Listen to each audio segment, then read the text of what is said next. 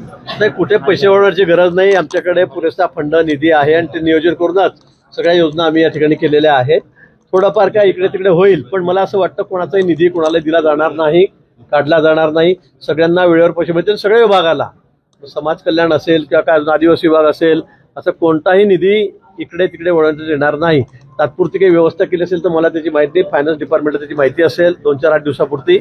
पण लाडक्या बहिणीची योजनाही चालू राहील आणि इतर विभागामध्ये कुठेही पैशाची कमी राहणार नाही.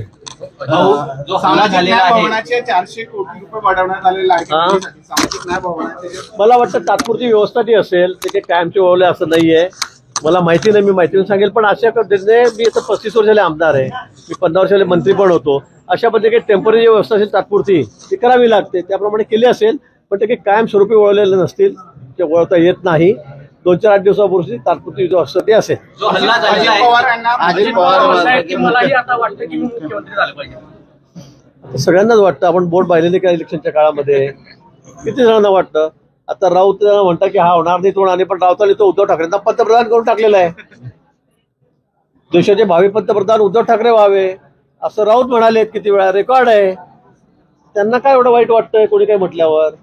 आणि प्रत्येकाची इच्छा असते, तो व्यक्त करत असतो. पण काय ठरवत असतो कोण काय होणार आहे म्हणून.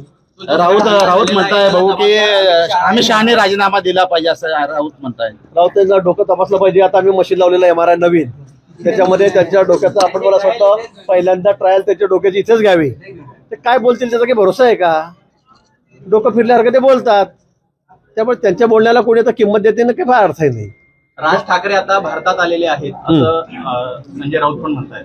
येऊ दे, मग कुठे गेले तो, बाहेर गेले तर फिरायला गेले तर आले असतील. आता जिल्ह्यातले 2 माजी मंत्री, 4 माजी आमदार आज शेकडो कार्यकर्त्यांसह अजित पवार गटामध्ये प्रवेश करत आहेत. शरद पवार पक्षाला चांगलं आहे, आनंद आहे. ते आमचे मित्रपक्ष आहे, ते आमच्या मित्रपक्षालाच येत आहेत. पण एक काही आमचा प्रोटोकॉल ठरलेला होता की जे आमच्या विरोधामध्ये लढलेले आहेत एकमेकांच्या कॅन्डिडेट त्यांना आपण घेऊ नये, असं एक प्रोटोकॉल होता. पण आता तो पाळला गेलेला नाही.